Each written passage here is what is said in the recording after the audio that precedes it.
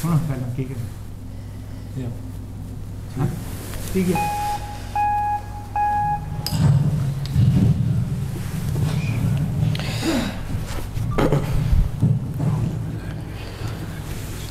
بسم اللہ الرحمن الرحیم. الحمد للہ نحمدہ ونستعینہ ونستغفرہ ونؤمن بہ ونتوکل علیہ ونشہد ان لا الہ الا اللہ وحدہ لا شریک لہ ونشہد ان سیدنا وحبیبنا وسندنا ومولانا محمد عبدہ ورسولہ صلی اللہ تبارک وتعالی علی خیر خلقہ وعلی آلہ وصحبہ اجمعین. اما بعد. کل کی مجلس میں جو بات ہو رہی تھی وہ یہ ہے کہ نبوت کے بعد سب سے پہلی جو تعلیم آپ صلی اللہ علیہ وسلم کو دی گئی وہ ہے وضو اور نماز. اور اس کے بعد 3 سال تک آپ صلی اللہ علیہ وسلم چھپ کے اسلام کی طرف دعوت دیتے رہے. 3 سال تک. اور 3 سال کے گزرنے کے بعد اللہ سبحانہ وتعالیٰ کی طرف سے حکم آیا فاصدع بما تؤمر واعرض عن المشرکین، کہ آپ صاف بیان کر دیجئے جس کا آپ کو حکم دیا جا رہا ہے اور مشرکین کا پرواہ نہ کیجئے. وانذر عشیرتک الاقربین، اور سب سے پہلے آپ اپنے قریبی رشتہ دار کو ڈرائیں. تو آپ صلی اللہ علیہ وسلم ان آیتوں کے نازل ہونے کے بعد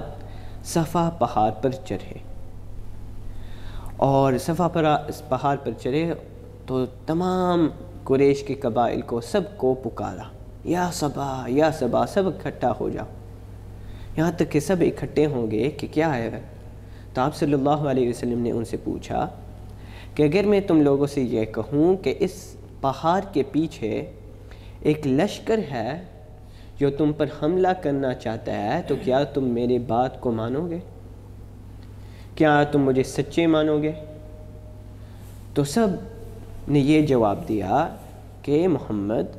ہم نے آپ سے کبھی جھوٹ سنی نہیں ہے. سبحان اللہ. ہم نے آپ سے جو بھی سنا ہے ہر لفظ اور ہر کلمہ سچ ہی ہے. تو اگر آپ کا یہ کہنا ہے تو ہم آپ کو سچا مانیں گے، ہم آپ کی بات کی تصدیق کریں گے. تو پھر جب تمام لوگوں نے اعتراف کیا اور اقرار کیا تو آپ صلی اللہ علیہ وسلم نے سب کو اسلام کی طرف بلایا. کہ ابو لہب بدبخت نے کہا کہ تب لک لہذا جمعتنا، کہ اے محمد تو ہلاک ہو، تیرے ہاتھ ٹوٹ جائے، کیا اس مقصد سے تو نے ہمیں جمع کیا ہے؟ تو پھر اس کے بعد اللہ سبحانہ وتعالیٰ نے ایک سورت نازل فرمائی تبت یدا ابی لہب وتب، کہ ابو لہب کے دونوں ہاتھ ٹوٹے، اور سیصلی نارا ذات لہب، عنقریب وہ شعلے والے آگ میں داخل ہوگا. کہ ابو لہب سب سے پہلا تھا تاریخ میں جس نے آپ صلی اللہ علیہ وسلم اور اسلام کے خلاف دشمنی کی. اور اسی دشمنی میں آپ صلی اللہ علیہ وسلم کی جو 2 صاحبزادیاں تھیں، حضرت رقیہ اور حضرت ام کلثوم رضی اللہ عنہما، یہ اصل میں ابو لہب کے 2 بیٹوں کے نکاح میں تھے. تو اسی دشمنی میں ابو لہب نے اپنے دونوں بیٹوں کو حکم دیا کہ ان 2 بیٹیوں کو طلاق دے دو، کہ تم طلاق دے دو گے تو محمد صلی اللہ علیہ وسلم کو تکلیف ہوگی اور شاید پھر وہ اس کام سے رک جائے. تو ان دونوں نے طلاق دیا. اور آپ لوگوں کو معلوم ہوگا کہ پھر اس کے بعد حضرت عثمان رضی اللہ عنہ نے ان سے شادی کی تھی، کہ پہلے ایک بہن سے، پھر جب ان کا انتقال ہوا تو دوسری بہن سے. اور آپ صلی اللہ علیہ وسلم نے فرمایا جب دونوں کا انتقال ہو گیا تھا کہ اے عثمان، اگر میری ایک اور بھی بیٹی ہوتی نا تو اے عثمان، میں اس بیٹی کو بھی تمہارے حوالے کر دیتا. تو ابو لہب سب سے پہلا تھا جس نے یہ دشمنی کی. اور پھر جن لوگوں کو دشمنی کرنی تھی انہوں نے دشمنی کی، اور انہوں نے یہ کوشش کی تھی کہ آپ صلی اللہ علیہ وسلم اسلام کی دعوت سے باز آ جائیں، یہاں تک کہ آپ صلی اللہ علیہ وسلم دعوت دیتے رہیں کہ حج کا وقت قریب ہو گیا تھا۔ تو جو قریش کے بڑے لوگ تھے سب اکٹھے ہو گئے کہ اب مشورہ کرنا تھا کہ اب حج کا وقت قریب ہوگا، دوسرے علاقے سے لوگ آئیں گے، آپ صلی اللہ علیہ وسلم ان کو بھی تبلیغ کریں گے، دعوت دیں گے، تو کچھ نہ کچھ تو ہمیں کرنا ہے، ہمیں روکنا ہے، تو ہم کیا کریں گے؟ تو ان کا یہ پلان کا نتیجہ نکلا کہ ہم ایسا کہیں گے، جو بھی لوگ آئیں گے کہ محمد نعوذ باللہ ایک ساحر ہے، ایک جادوگر ہے، تو اس کے قریب مت جانا، ورنہ تم پر اس کی جادو چل جائے گی۔ ان ھذا الا سحر یؤثر، ولید ابن مغیرہ نے کہا کہ یہ نہیں ہے مگر ایک جادو جو منقول چلا آ رہا ہے، ان ھذا الا قول البشر، یہ قرآن نہیں ہے مگر ایک آدمی کا کلام۔ تو انہوں نے یہ چال چلائی تھی۔ پھر اس کے علاوہ بھی ان کی ایک کوشش یہ تھی کہ ایک مرتبہ عتبہ ابن ربیعہ آپ صلی اللہ علیہ وسلم کی خدمت میں حاضر ہوا، تو آپ صلی اللہ علیہ وسلم سے پوچھنے لگا کہ ان باتوں سے، یعنی اسلام کی طرف جو آپ دعوت دے رہے ہیں، ان باتوں سے آپ کا مقصد کیا ہے؟ آپ کیا چاہتے ہو؟ اگر ان باتوں سے آپ کا مقصد ہے مال، تو یہ محمد ہم آپ کو اتنا مال دیں گے کہ عرب میں آپ کے مانند کوئی امیر ہی نہیں رہے گا، اتنا مال دے دیں گے۔ اگر ان باتوں سے آپ کا مقصد یہ ہے کہ آپ کسی عورت سے شادی کرنا چاہتے ہیں، تو ہم آپ کی شادی کرا دیں گے جس عورت سے بھی آپ چاہیں۔ اگر ان باتوں سے سرداری چاہتے ہو تو ہم آپ کو اپنا سردار بنا دیں گے۔ ان باتوں سے آپ حکومت چاہتے ہیں تو ہم آپ کو اپنا بادشاہ بنا دیں گے۔ اور اے محمد، اگر تمہیں کوئی آسیب ہو، جنات کی کوئی پرابلم ہو، تو اے محمد ہم آپ کا علاج کرا دیں گے، آپ صرف بتا دیجئے کہ مقصد کیا ہے۔ تو آپ صلی اللہ علیہ وسلم نے جواب میں فرمایا کہ ارے بھائی، میں تمہارے مال کا طلبگار نہیں ہوں، نہ میں کسی عورت سے شادی کرنا چاہتا ہوں، نہ مجھے تمہارا بادشاہ منظور ہے، میں بادشاہ نہیں بننا چاہتا ہوں، نہ مجھے حکومت چاہے، میں تو صرف اللہ کا ایک بھیجا ہوا رسول ہوں، میں تو صرف اللہ سبحانہ وتعالیٰ کی طرف سے ایک ڈرانے والا ہوں، مال وغیرہ کی پرواہ مجھے نہیں ہے۔ پھر بالآخر کفار نے ایک کوشش یہ کی کہ آپ صلی اللہ علیہ وسلم کی خدمت میں حاضر ہوئے اور آپ صلی اللہ علیہ وسلم سے یہ آفر مارا کہ 1 سال آپ ہماری بتوں کی عبادت کریں اور پھر 1 سال ہم آپ کے اللہ کی عبادت کریں گے۔ آپ صلی اللہ علیہ وسلم نے تو جواب میں بالکل فرمایا ہرگز نہیں۔ تو پھر کرتے کرتے یہ آفر مارا کہ محمد 1 دن آپ ہمارے بتوں کی عبادت کریں، پھر اس کے بعد ہم باقی آپ کے اللہ کی عبادت کریں گے۔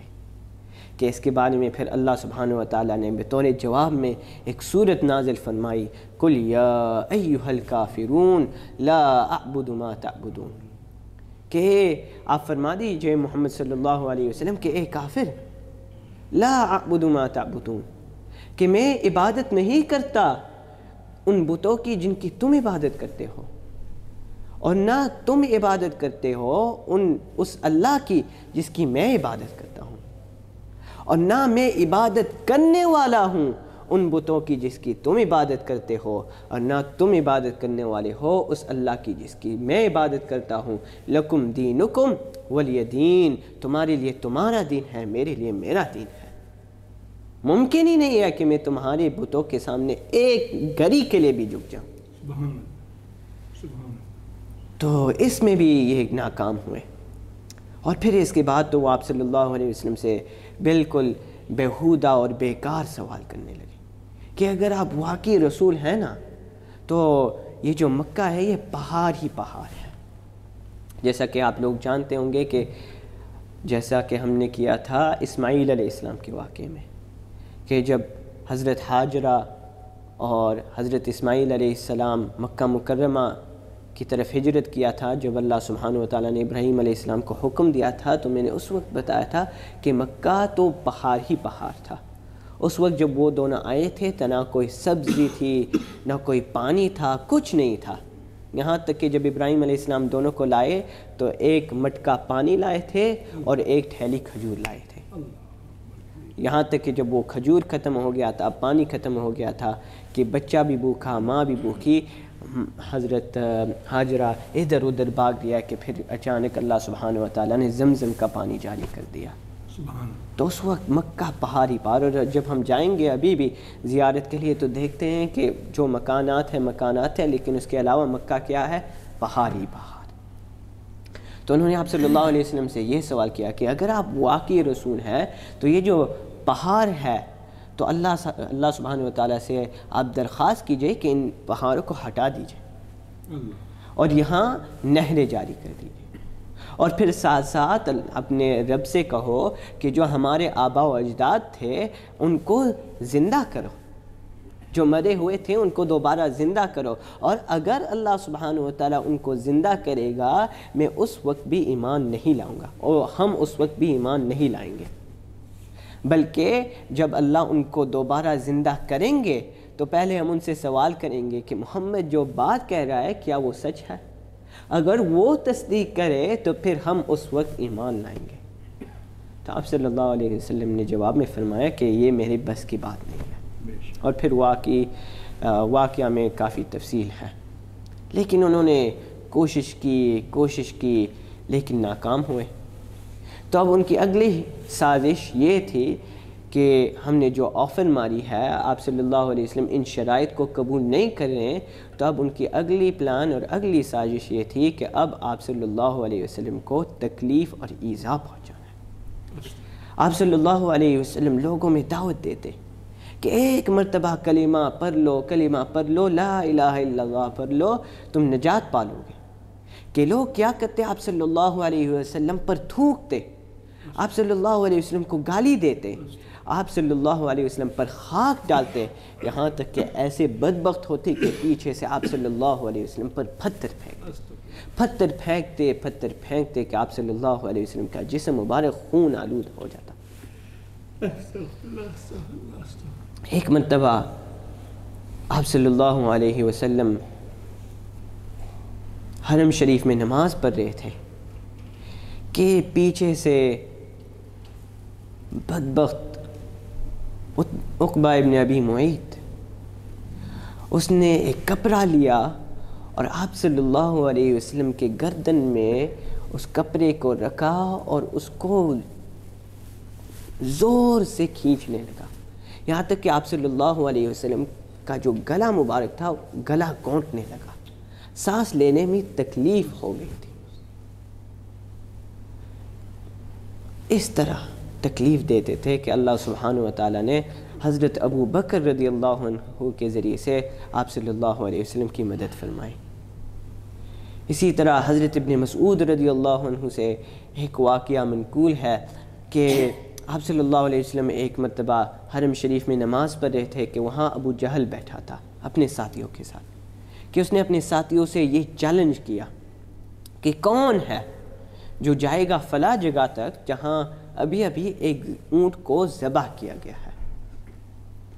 اور وہاں جو اونٹ ابھی ذبح کیا ہوا ہے اس اونٹ کے اوج کو، اس اونٹ کے اندرون کے جو غلیظ چیزیں ہیں، گندگی ہے، اس کو لائے گا، تاکہ جب محمد صلی اللہ علیہ وسلم سجدہ میں چلا جائے تو ہم ان گندے چیزوں کو محمد کے پشت پر رکھ دیں۔ تو ان میں سے سب سے بدبخت یہی آدمی جو ابھی اس کا ذکر ہوا، عقبہ ابن ابی معیط، جس نے ابھی آپ صلی اللہ علیہ وسلم کے گلے کو گھونٹا تھا، یہ وہ کھڑا ہوا اس کام کو انجام دینے کے لیے، اور وہ گیا تھا فلاں جگہ تک اور وہ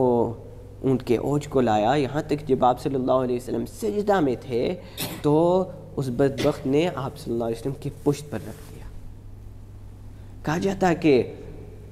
وہ اتنا وزنی تھا کہ آپ صلی اللہ علیہ وسلم سجدہ میں تھے اور اس وزن کی وجہ سے اٹھ نہ سکے۔ حضرت ابن مسعود رضی اللہ عنہ فرماتے ہیں کہ میں اس منظر کو دیکھ رہا ہوں اور دل چاہ رہا ہے کہ میں مدد کروں، لیکن مجھے معلوم ہے کہ میں کچھ نہیں کر سکتا ہوں، یہ تو قریش کے سردار ہیں،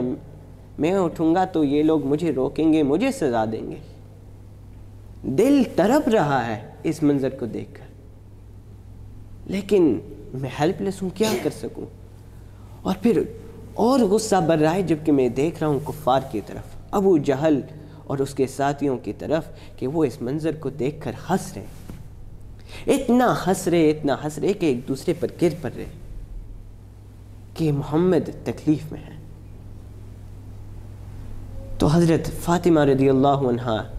اس وقت تو ایک چھوٹی لڑکی تھی، ان کو بتایا گیا کہ آپ کے ابا کے ساتھ کسی نے یہ کیا، کہ جلدی بھاگتی ہوئی آئی اور آپ صلی اللہ علیہ وسلم سے اس اونٹ کے اوج کو ہٹایا،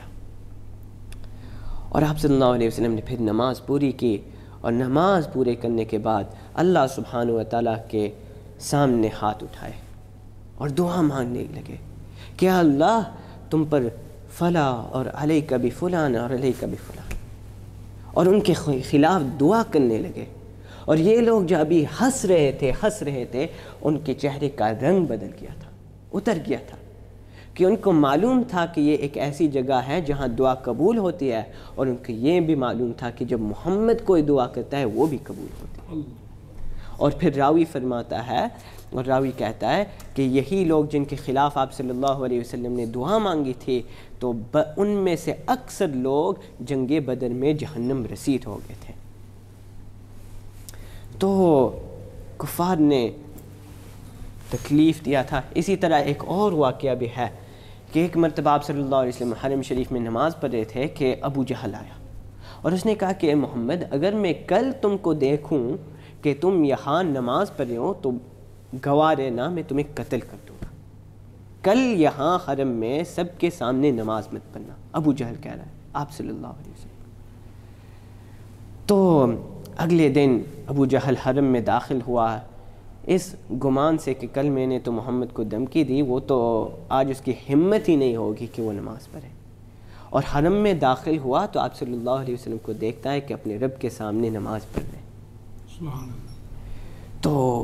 غصہ سے برک گیا کہ کل میں نے تو کہا کہ میں اس کو قتل کر دوں گا، کچھ اثر نہیں پڑا۔ تو ایک بہت بڑا وزنی دار پتھر لیا اور وہ آپ صلی اللہ اور اپنے ساتھیوں سے کہا کہ آج میں کام کو تمام کر دوں گا، آج تو میں محمد کو قتل کر دوں گا، گواہ رہنا۔ تو ابو جہل اس بڑے پتھر کے ساتھ نکلا آپ صلی اللہ علیہ وسلم کی طرف، اور جو ساتھی ہیں دیکھ رہے ہیں یہاں تک کہ کوئی چیز حائل ہوگی، اور وہ سوچ رہے کہ آج تو ابو جہل کام ختم کر دے گا، کہ اچانک ابو جہل واپس آ رہا ہے اور ساتھی کہہ رہے ہیں کہ ارے بھائی تمہیں کیا ہوا، تم تو نکلے تھے کہ محمد کو قتل کرنے کے لیے۔ تو وہ کہہ رہا ہے، حیران تھا، پریشان تھا کہ تم لوگوں نے دیکھا نہیں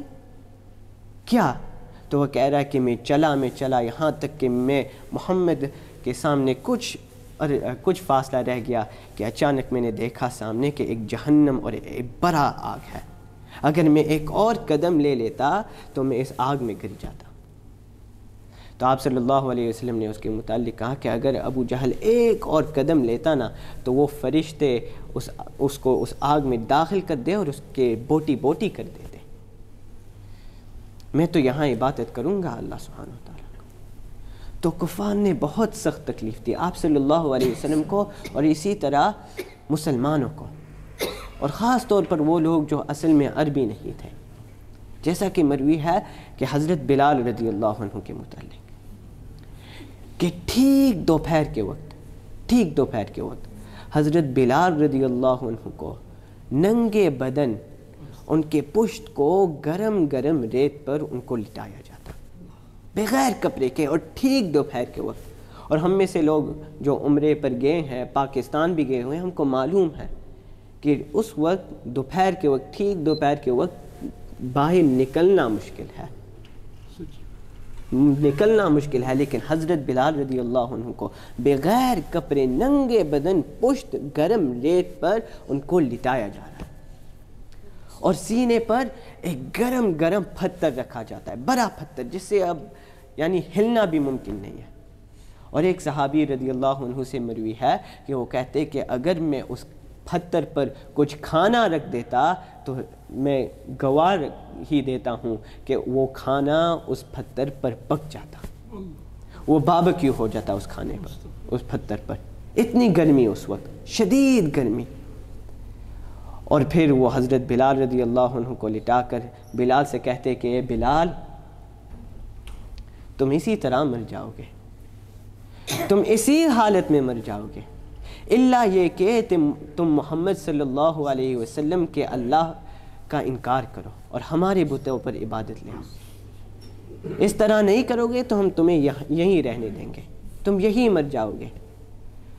تو قربان جائے حضرت بلال رضی اللہ عنہ پر ان کے زبان سے ایک ہی لفظ نکلتا، کیا کہتے؟ احد احد احد احد، کہ ایک ہی اللہ ہے، ایک ہی اللہ ہے، ایک ہی اللہ ہے۔ کبھی ایسا کرتے کہ حضرت بلال رضی اللہ عنہ کے گلے پر رسی ڈالتے اور مکہ مکرمہ کے گلیوں میں ان کو گھسیٹا جاتا اور کہتے کہ اللہ کا انکار کرو، اللہ کا انکار کرو، لیکن اس وقت بھی مکہ کے گلیوں سے ایک ہی آواز گونجتی، احد احد احد احد، کہ ایک ہی اللہ ہے، ایک ہی اللہ ہے، ایک ہی اللہ ہے۔ اتنے مضبوط کہ جو کرنا ہو کرو، لیکن میں اللہ ہی پر ایمان لاؤں گا۔ یہی وجہ ہے کہ جب اذان مشروع ہوئی اور اذان کا حکم دیا گیا تو آپ صلی اللہ علیہ وسلم نے حضرت بلال رضی اللہ عنہ کو منتخب کیا کہ اذان میں کہا جاتا ہے اشہد ان لا الہ الا اللہ، کہ میں گواہی دیتا ہوں کہ اللہ کے سوا کوئی معبود نہیں ہے۔ اور حضرت بلال رضی اللہ عنہ سے زیادہ حقدار کون ہو سکتا ہے اس کلمہ اور اس گواہی کے لیے کہ انہوں نے باقاعدہ اپنے اعمال سے گواہی دی۔ تو حاصل کلام یہ ہے کہ کفار نے آپ صلی اللہ علیہ وسلم کو تکلیف دی اور خود صحابہ رضی اللہ عنہم کو تکلیف دی کہ وہ اسلام سے باز آئے، لیکن آپ صلی اللہ علیہ وسلم مضبوط قدم رہے، صحابہ کرام بھی مضبوط قدم رہے۔ تو اس کے بعد کفار کا اگلا پلان کیا تھا، انشاءاللہ اگلے ہفتے اس کے متعلق گفتگو کریں گے۔ وآخر دعوانا ان الحمدللہ رب العالمین۔